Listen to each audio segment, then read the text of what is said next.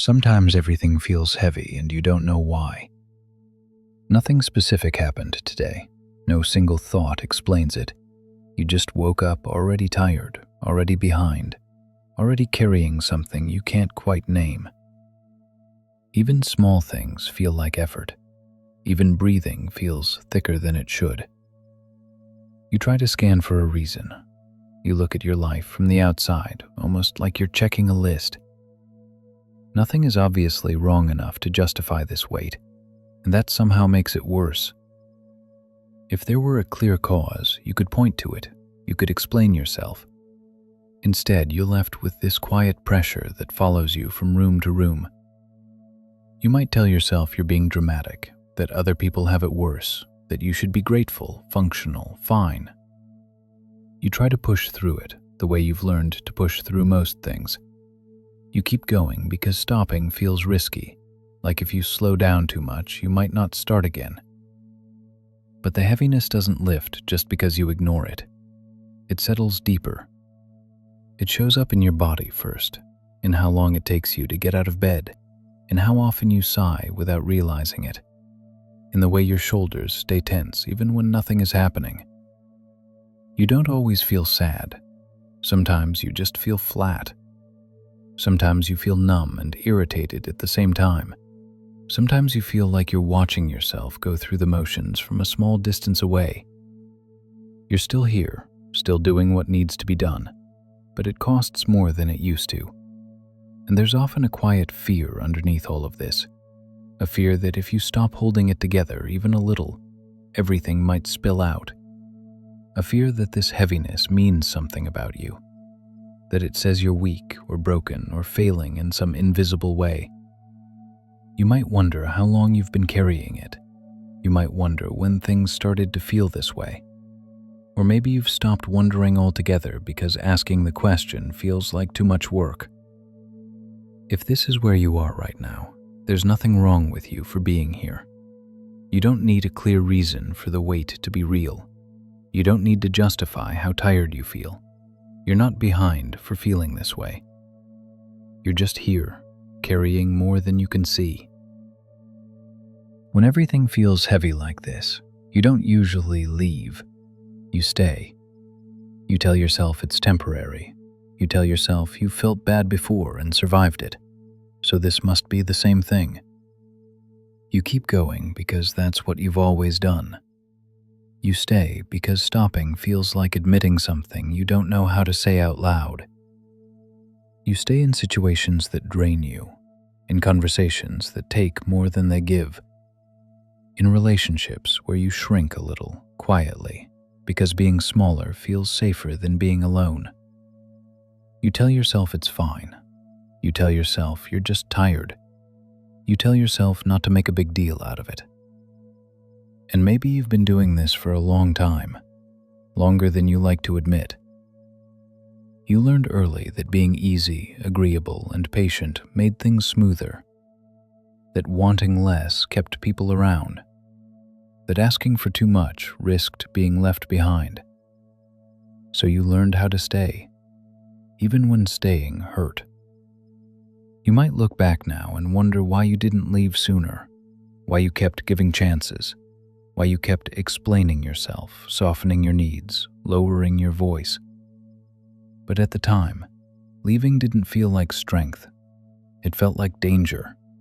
It felt like losing love, approval, safety. It felt like stepping into something colder than what you already knew. So you stayed, not because you didn't see the cracks, but because you hoped they wouldn't spread. Not because you didn't feel the cost, but because you believed you could carry it a little longer. You told yourself tomorrow might be lighter, next week might be better. Things might change if you just held on. There's often a quiet shame wrapped around this part, a voice that says you should have known better, that you should have been stronger, clearer, braver. But that voice forgets something important. Staying wasn't stupidity. It was survival. It was you trying to keep connection in a world that taught you being alone was the worst thing you could be. You didn't stay because you didn't value yourself. You stayed because you were afraid that if you left, there would be nothing and no one on the other side. And when everything already feels heavy, that fear can feel unbearable. So you stayed longer than you wanted to, longer than felt right. And that choice makes sense, even if it hurts to look at now. Staying like that costs more than you realize while you're doing it. Not all at once. It drains you slowly in ways that are easy to dismiss at first. You don't wake up one day completely empty. You just notice that things take more effort than they used to, that you're tired even when you haven't done much, that rest doesn't really touch the exhaustion anymore. You start losing small parts of yourself without meaning to. Your voice gets softer. Your opinions get shorter. You hesitate before saying what you feel because you're already anticipating the reaction. You tell yourself you're being considerate, but underneath that, you're just trying not to rock the boat. You're trying not to be the reason things fall apart. Over time, you stop trusting your own signals. When something feels wrong, you question it. When something hurts, you minimize it. You tell yourself you're too sensitive, too emotional, too needy. It becomes easier to doubt yourself than to face the possibility that the situation itself isn't safe for you. The cost shows up in your body, too, in the tension you carry without noticing, in the way your jaw stays tight, in the shallow breaths, in the constant low-level alertness that never really turns off. Even when you're alone, your nervous system doesn't fully rest, because it's learned that staying connected requires vigilance. You might feel ashamed of how much this affected you.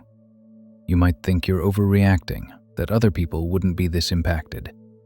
But pain doesn't measure itself against anyone else's tolerance. It just accumulates, quietly, patiently, until it becomes the background of your life. And there's a particular loneliness in this kind of cost. From the outside, you might look fine, functional, capable. No one sees how much energy it takes just to get through the day. No one sees how often you talk yourself out of your own feelings before they even reach your mouth. This is where the heaviness deepens. Not because something new happens, but because you've been carrying too much for too long. And even if you can't name it clearly yet, some part of you knows that this way of living isn't sustainable. That knowledge doesn't arrive as a thought.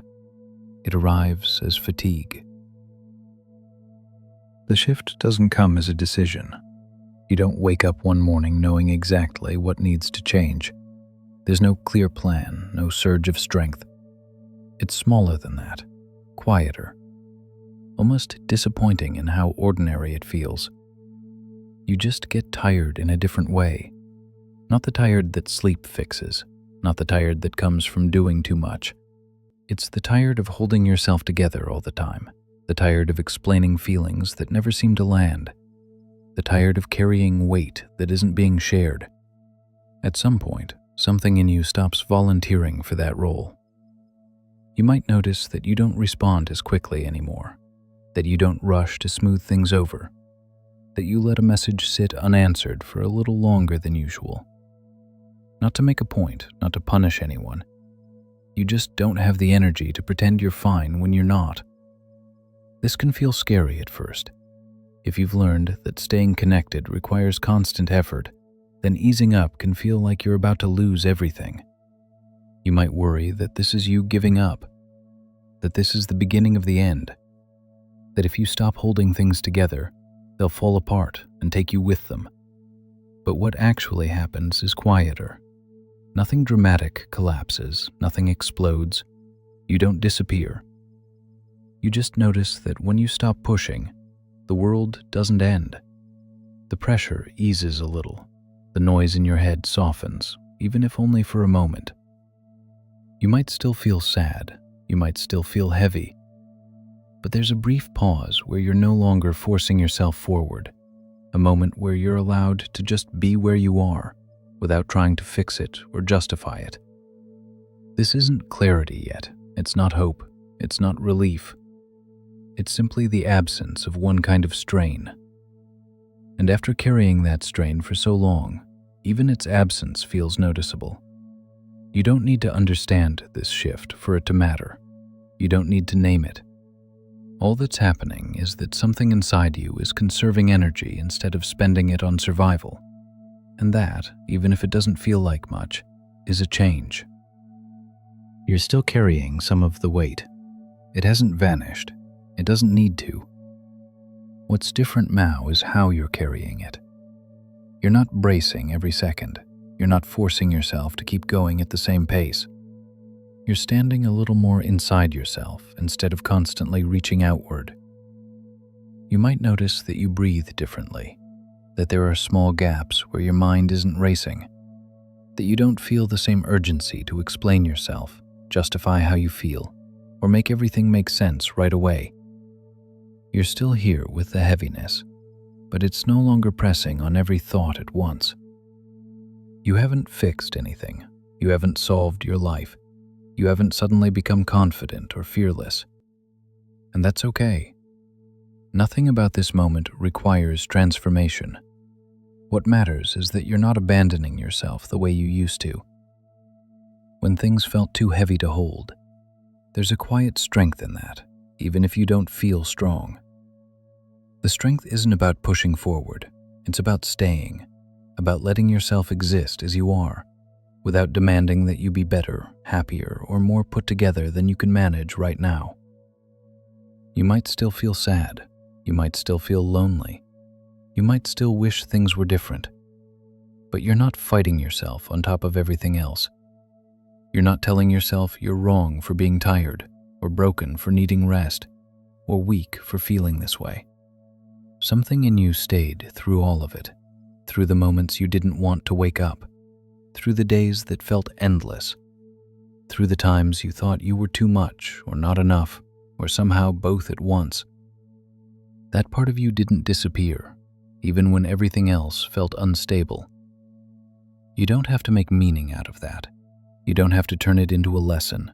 You can just let it be true. Right now, you're here, breathing, listening, still existing, even if that's all you can do today. That matters more than you probably realize. This is where things are clear again.